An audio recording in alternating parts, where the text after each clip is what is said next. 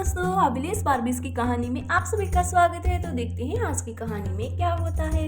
राधा राधा मेरी बात सुनो। जी श्याम जी बोलिए, क्या बात है। मैंने सिमी के रिश्ते के लिए पंडित जी को बोला है, अगर कोई लड़का अच्छा हो तो हमारी सिमी के लिए जरूर बताएं। सही बात बोल रहे हैं श्याम जी, सिमी की उम्र है अब शादी करने की, उसे शादी कर लेनी चाहिए। इसीलिए तो मैंने पंडित जी को बोला है। अच्छा तुम अभी ये बात सिमी को मत बताना, ठीक है ना। पहले एक बार पंडित जी को मिलके आता हूँ, फिर मैं सारी बात तुम्हें बता दूंगा, ठीक है ना। हाँ ठीक है श्याम जी, मैं सिमी को कुछ भी नहीं बताऊंगी। वैसे भी अब सिमी की जिम्मेदारी हमारी जिम्मेदारी है, उसके माता पिता तो नहीं है, तो हमारा फर्ज बनता है उसकी हर खुशी का ध्यान रखना। चलो ठीक है, मैं जाकर आता हूँ, पंडित जी ने मुझे बुलाया था। ठीक है श्याम जी, जल्दी से जाइए और खुशखबरी लेकर आइए। ठीक है मैं चलता हूँ। पंडित जी को बोलूंगा कोई अच्छा लड़का देखे सिमी के लिए, आखिर वो मेरी बहन है।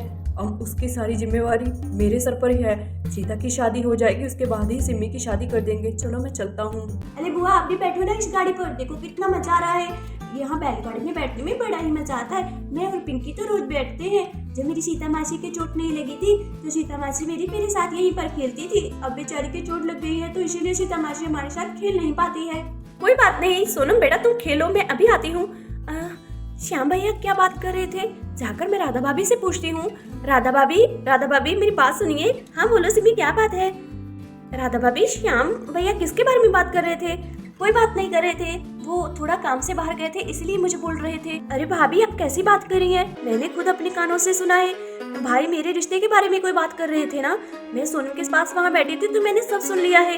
वो मेरे लिए लड़का देखने के लिए गए हैं ना भाभी। अरे सिमी तुमने सुन लिया क्या। हाँ भाभी मैंने सुन लिया है।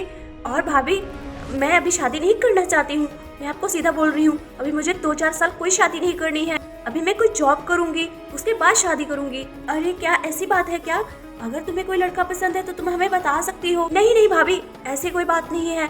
कोई बात नहीं, भाई को आ जाने दीजिए, मैं उन्हें बता दूंगी कि अभी मुझे शादी नहीं करनी है। अरे ये भैया भी ना कहाँ मुझे फंसा रहे इस शादी के चक्कर में। और मैं किसी को क्या बता सकती हूँ कि राम मुझे कितना अच्छा लगता है, लेकिन राम की शादी तो सीता के साथ तय हुई है ना, तो मेरी शादी उससे नहीं हो सकती है। वैसे भी सीता राम को मुझे नहीं लगता है इतना पसंद करती है। अगर मैं राम के साथ थोड़ा समय बिताऊंगी तो हो सकता है मैं भी उसे अच्छी लगने लग जाऊं। सीता तो वैसे भी राम को हमेशा चिढ़ाती रहती है, तो मुझे ऐसा ही लगता है कि वो सीता राम को पसंद नहीं करती है। अरे राम तो मुझे बहुत ज्यादा पसंद है। चलो मैं यहाँ बैठती हूँ, जैसे ही भाई आएंगे तो मैं बोल दूंगी कि अभी मुझे कोई शादी नहीं करनी है। क्या पता मेरी बात बन जाए। श्याम जी तो सिमी के बारे में अच्छा ही सोच रहे हैं ना, कि उसकी शादी की उम्र हो चुकी है, उसे शादी कर लेनी चाहिए। ये ना हो कि श्याम जी को लड़का पसंद आ जाए और लड़के वाले घर आ जाए और सिमी शादी के लिए मना कर दे। वैसे मेरी सीता बहन तो बहुत अच्छी है, हमने जैसा उसे कहा उसने वही मान लिया। एक बार भी उसने कुछ नहीं कहा, चाहे उसे राम अभी इतना पसंद नहीं था फिर भी उसने हाँ कर दी। अरे चलो मैं जल्दी से काम कर लेती हूँ। सिमी बुआ आप तो राम अंकल के साथ घूमने जाने वाली थी ना, फिर गई नहीं, क्या हुआ। राम अंकल आपको लेकर नहीं गए क्या। अरे बुआ आपको पता है राम मौसा जी सीता मासी को छोड़कर कहीं नहीं जाते हैं। अभी तो मेरी मासी थोड़ा थोड़ा उन्हें चिढ़ाती रहती है, फिर भी मेरे मौसा जी मेरी मासी को बहुत प्यार करते हैं। अरे चुप करो ना, क्या बोले जा रही हो। हाँ देखो छोटी सी बच्ची मेरा मजाक बना रही है। मैंने राम को बोला था कि मेरे साथ घूमने के लिए चले जाना, देखो वो सीता की दवाई लेने चला गया, मेरी बात को उसने टाल दिया। कोई बात नहीं राम, बस थोड़े दिन ही है, तुम जितना चाहो तुम सीता के पीछे जा सकती हो, बस थोड़े दिन की बात है, उसके बाद तुम मेरे हो जाओगे। और ये सिमी जो एक बार मन में सोच लेती है ना, उसे पूरा करके ही रहती है। सुनो अभी तुम छोटी बच्ची हो, ठीक है ना, बड़ों की बातों में ध्यान मत दिया करो। हाँ तो कैसे मेरी बेइज्जती की जा रही है। अरे गंदी बुआ, मेरी सीता मासी हमें कभी नहीं डांटती है, आप हमें डांट रही हैं। डांटो नहीं तो और क्या करूं, बड़ों की बातों में कैसे दखल अंदाजी करती हो, ऐसा नहीं करना चाहिए, आई बात समझ में।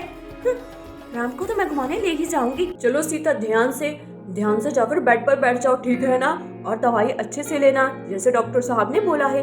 हाँ राम अच्छे से ही ले रही हूँ, आगे तुम मुझे नहीं बताते हो दवाई लेने के लिए, मैं खुद से ही लेती हूँ, ठीक है ना। चलो बेड पर बैठ जाओ, ठीक है ना। देखो तो सही, राम तो सीता के पीछे पागल ही हुआ पड़ा है, जबकि सीता उसे कुछ भी नहीं समझती है। राम की शादी तो मुझसे ही होगी। दोस्तों आगे की कहानी देखने के लिए हमारे चैनल को सब्सक्राइब कर दीजिए, वीडियो को लाइक कर दीजिए। मिलते हैं अगली वीडियो में।